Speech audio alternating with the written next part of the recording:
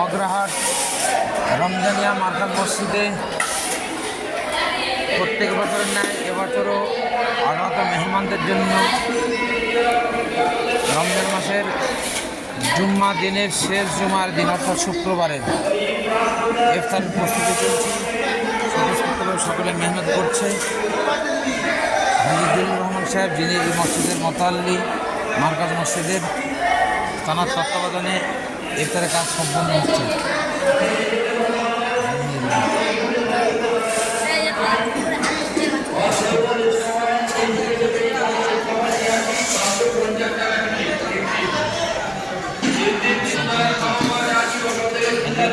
নিজে দাঁড়িয়ে তদারকি করছেন। এগুলো তেলে ভাজা,